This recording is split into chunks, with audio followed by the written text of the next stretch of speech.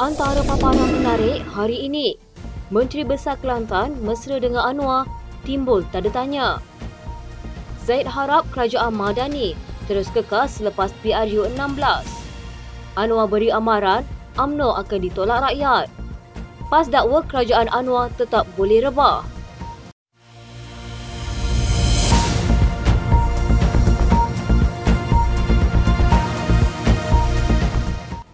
Menteri Besar Datuk Seri Mohamad Sanusi Makno berkata, kerajaan negeri akan mendapatkan nasihat teknikal daripada Jabatan Pengairan dan Saliran dan MADA sekiranya air empangan muda dan empangan beris perlu dilepaskan untuk menampung keperluan air domestik di Kedah dan Pulau Pinang.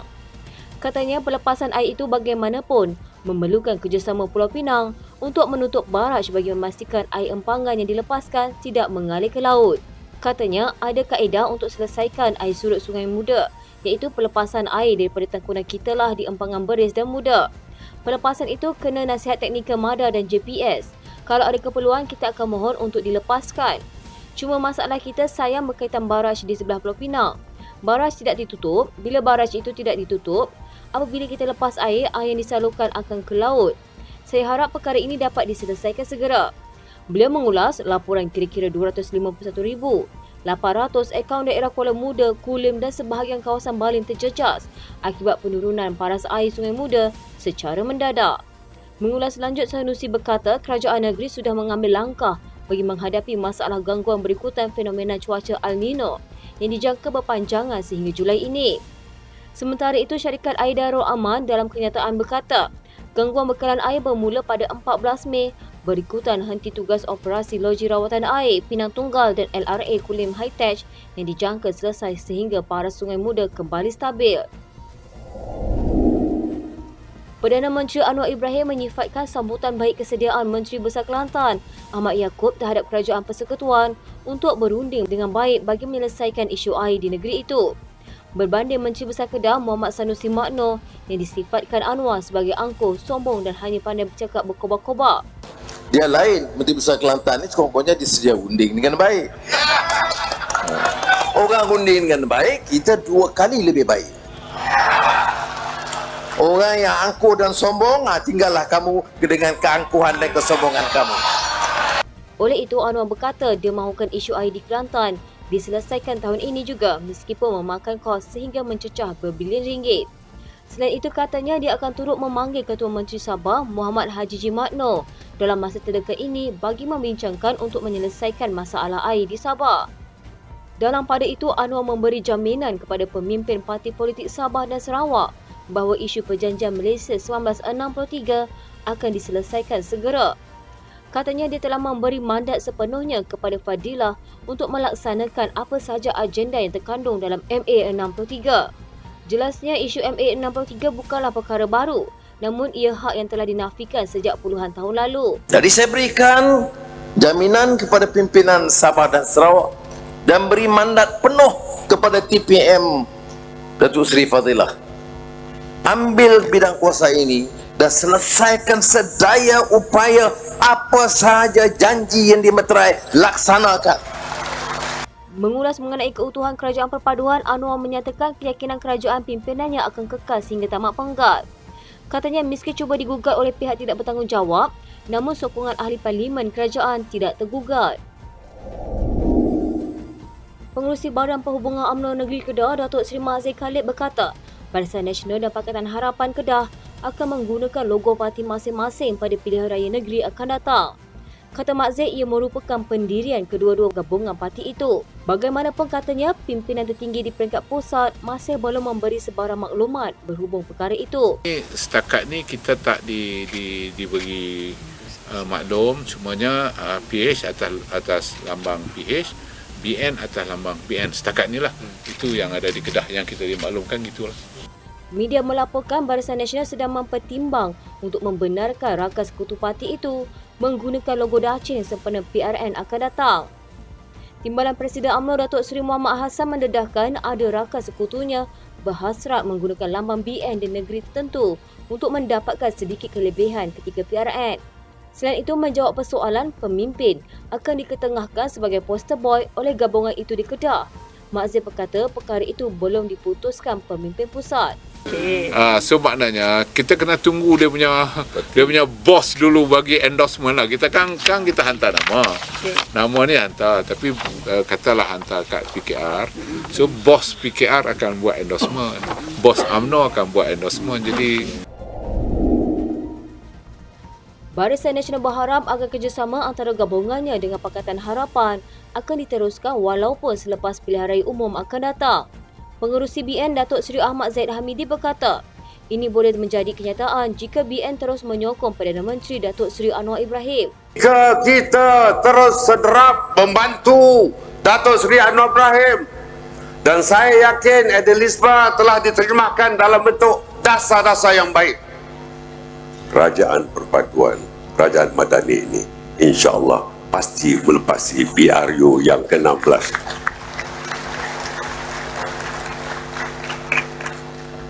Jangan menoleh ke belakang.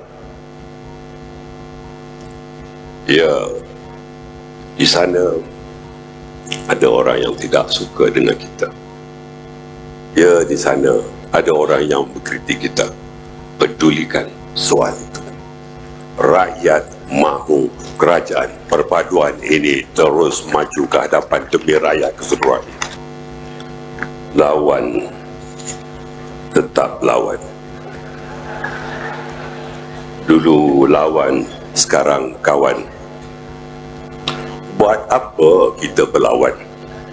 Kita berkukuhkan Kerajaan Perpaduan. Zahid juga mengimbau perseteruan politik lampau ketika ramai yang fobia terhadap warna biru, warna rasmi BN dan merah, warna rasmi Pakatan Harapan.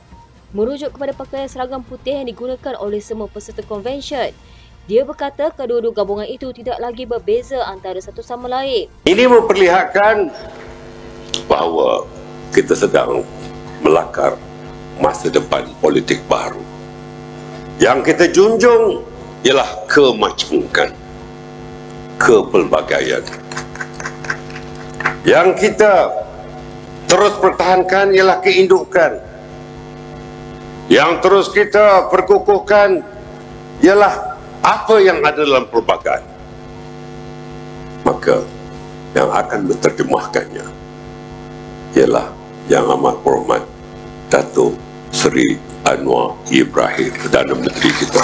Setiausaha Agung DAP Anthony Loke Siu Fok kemudiannya memberitahu bahawa dia bersetuju dengan sentimen Zahid. Loke juga menyatakan harapan untuk meneruskan kerjasama ini yang menurutnya merupakan permulaan baru terhadap masa depan Malaysia. Konvensyen yang berlangsung itu terdiri daripada 19 parti politik, termasuk yang lebih kecil seperti MUDA, Kesejahteraan Demokratik Masyarakat dan Parti Bangsa Malaysia. Bercakap kepada pemberita, Presiden MUDA Syed Saddiq Said Abdul Rahman berkata, konvensyen hari ini menandakan kerajaan yang kuat dan stabil. Ditanya jika MUDA akan menyediakan jentera pilihan raya kepada parti pemerintah pada pilihan raya negeri akan datang, Syed Saddiq menyatakan mesyuarat akan diadakan untuk membincangkannya dalam masa terdekat. Ahli Parlimen MUAT itu juga enggan mengulas mengenai permohonan parti itu untuk menyertai gabungan Pakatan Harapan. I think that question is best asked towards the PH leadership. As everyone is aware, we have already forwarded our letter 3 times.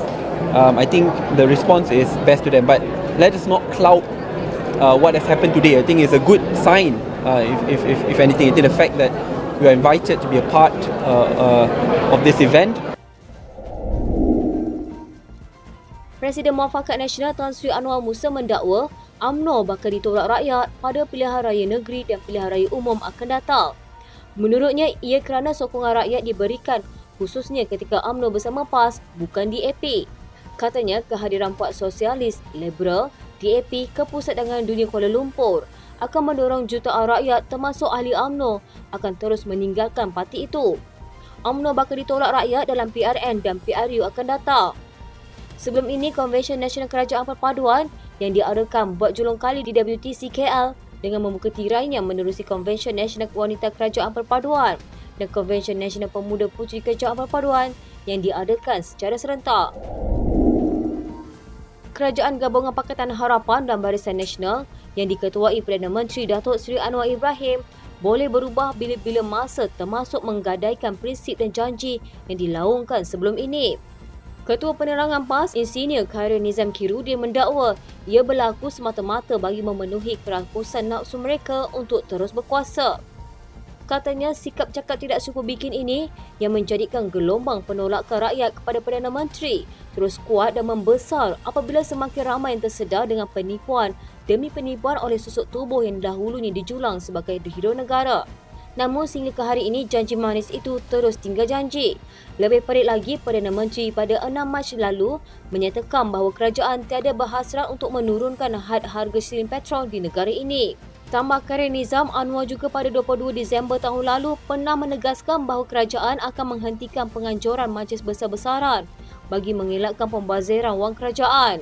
Namun ujarnya Syawal tahun ini tetap diadakan majlis tersebut yang bukan sekadar satu bahkan digandakan kepada 6 majlis rumah terbuka kerajaan di negeri berbeza.